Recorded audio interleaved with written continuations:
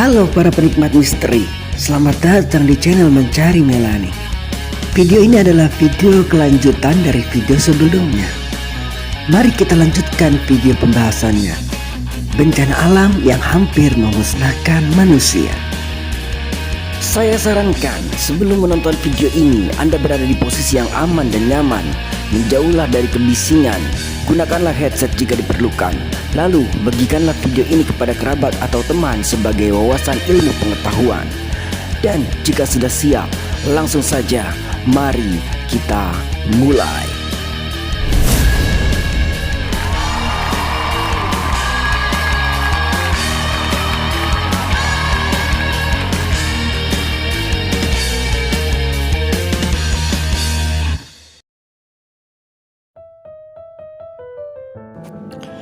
Bencana yang ketiga yaitu wabah maut hitam pada tahun 1347 Masehi.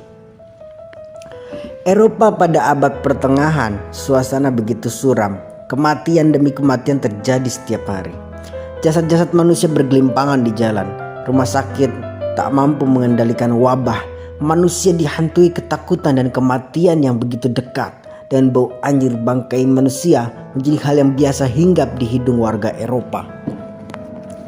Kala itu akhir abad ke-14, maut hitam atau yang terkenal dengan nama The Black Death membunuh sepertiga hingga 2/3 populasi benua biru. Tak sampai di situ, pada saat yang hampir bersamaan terjadi pula epidemi pada sebagian besar Asia dan Timur Tengah yang kemungkinan besar berhubungan dengan wabah hitam. Antara 1346 sampai 1350 Masehi, lebih dari sepertiga penduduk Eropa atau sekitar 75 juta orang tewas oleh yang kita kenal saat ini sebagai wabah pes. Sejarah karantina pun dimulai ketika pemerintah kota pelabuhan Ragusa di Italia melakukan karantina terhadap para pelayar untuk membuktikan bahwa mereka tidak membawa penyakit ke kota itu. Pada awalnya, para pelayar ditahan di kapal mereka selama 30 hari. Hukum Venesia menamai kondisi ini sebagai Trentino. Kemudian, masa isolasi bertambah menjadi 40 hari yang dikenal sebagai quarantine, asal mula kata karantina di era modern.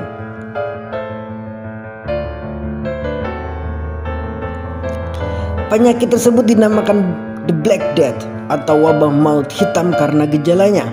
Salah satu gejala penyakit ini adalah pembusukan pada area tubuh yang umumnya di area jari yang membuat kulit menjadi begitu hitam pekat. Gejala ini adalah demam yang berkisar antara 38 sampai 41 derajat Celcius. Sakit kepala, nyeri otot, kelelahan dan muntah. Hingga saat ini belum ada yang mengetahui penyebab berhentinya wabah mematikan ini.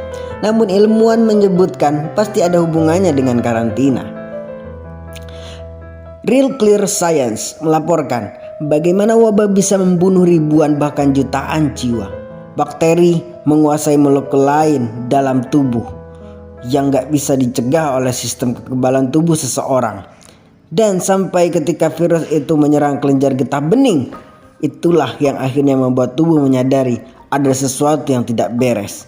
Tubuh mengalami overdrive, memicu kejang septik dan akhirnya menyebabkan kegagalan organ. Selama ribuan tahun tidak ada penyakit epidemi seperti itu. Namun ketika orang-orang mulai tinggal di kota, infeksi bisa menyebar dengan lebih mudah.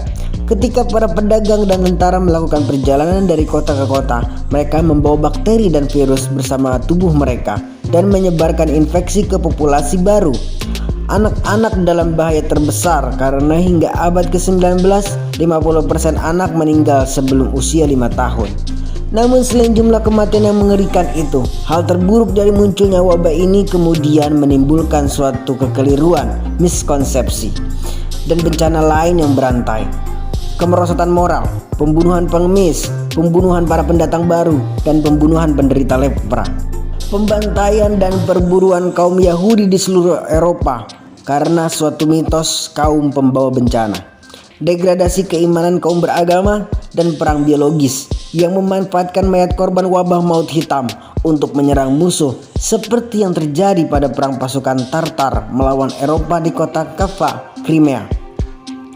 Yang sebenarnya karena hal-hal itulah korban jiwa wabah maut hitam semakin melonjak karena penularan yang tak lagi bisa dikendalikan. Dari sinilah sejumlah sejarawan menduga kuat bahwa perang tersebut merupakan awal mula petaka wabah maut hitam menyebar ke seluruh Eropa. Karena banyaknya jatuh korban akibat wabah yang berubah menjadi pandemi, suatu ketika di Eropa kala itu muncul suatu istilah lubang wabah, yakni kuburan massal tempat para mayat korban wabah. Ada begitu banyak jasad. Menurut kepercayaan populer, jasad-jasad tersebut dilemparkan ke dalam lubang wabah begitu saja setelah mereka mati dengan tidak manusiawi. Tapi mungkin saja itu tidak sepenuhnya benar, karena pada tahun 2016 sebuah lubang wabah ditemukan di Lincolnshire dalam sebuah biara abad pertengahan yang telah lama hancur. Kuburan itu bertanggal 1349 dan berisi 48 mayat. 27 adalah anak-anak. Mereka semua telah ditata dengan hati-hati, diposisikan berdampingan dalam barisan yang rata. Penyakit yang sama diduga kembali melanda Eropa pada setiap generasi dengan perbedaan intensitas dan tingkat fatalitas yang berbeda hingga tahun 1700-an.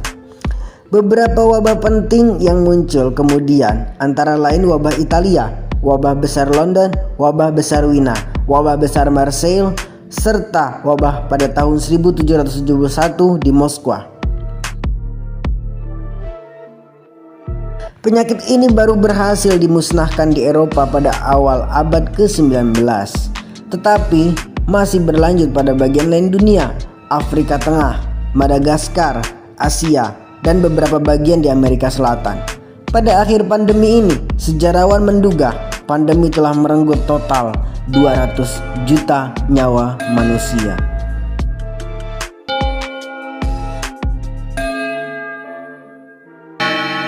Oke, sampai sini dulu pembahasan kita kali ini. Isi kolom komentar jika kamu punya pendapat yang lain. Berikan kritik dan saranmu. Pencet tombol like dan bagikan kepada orang lain. Dan jangan lupa klik tombol subscribe-nya. Sampai jumpa di seri video selanjutnya. Dan terima kasih banyak.